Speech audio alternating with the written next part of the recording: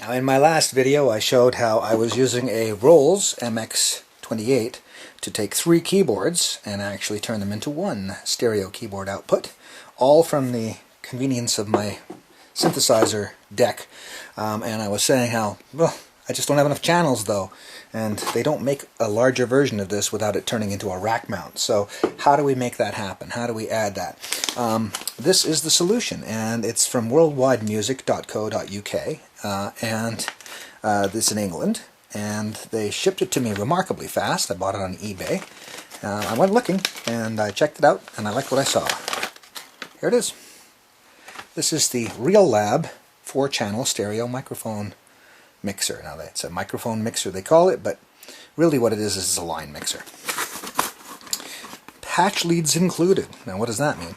Well, first of all I should tell you, this is made in England, and I can tell from looking at it that it looks like it was designed and locally built in England as well. And you know, in an era of disposable gear available really cheap, this is an amazing thing, because this cost me, this is not a disposable piece of gear. This is nice. This is, you know, I mean, it's okay. It's you know, it's not Allen and Heath or anything like that, but it's a nice piece of gear, and it cost me £24.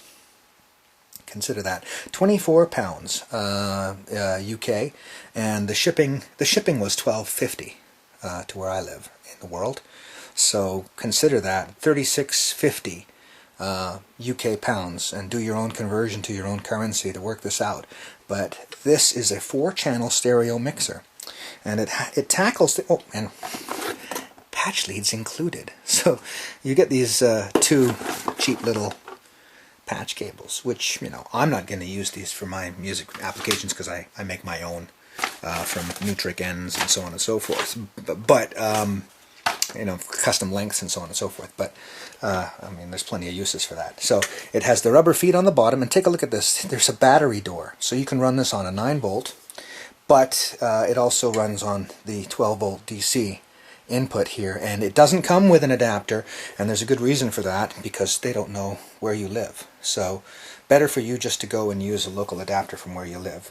Now take a look here, and just this is my first attempt to actually try these two together. I'm going to zoom out a little bit.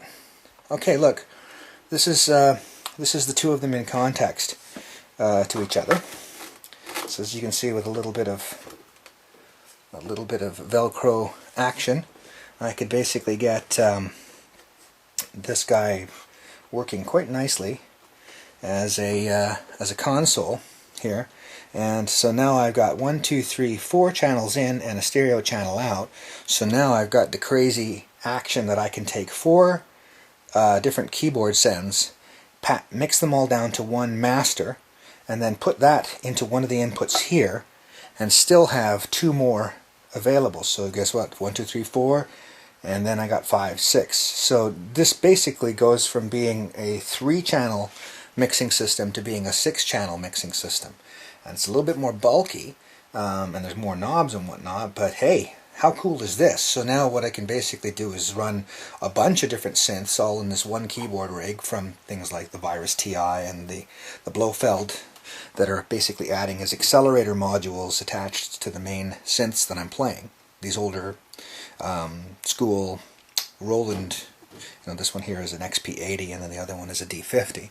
So I have those guys acting as my actual keyboards, and then I have the accelerators, and then I also have a Pod X3 on the floor with its stereo out, so I want to put that in. So probably what I'm going to end up doing is make this the master keyboard mixer, this guy here, and then this will be sort of like the equivalent of my main inputs mixer. So what this basically means is I can now go keyboards in channel 1, pod output with, you know, acoustic and electric guitar output coming in channel 2, and then I can take my voice live, which I sing through, and put that in channel 3.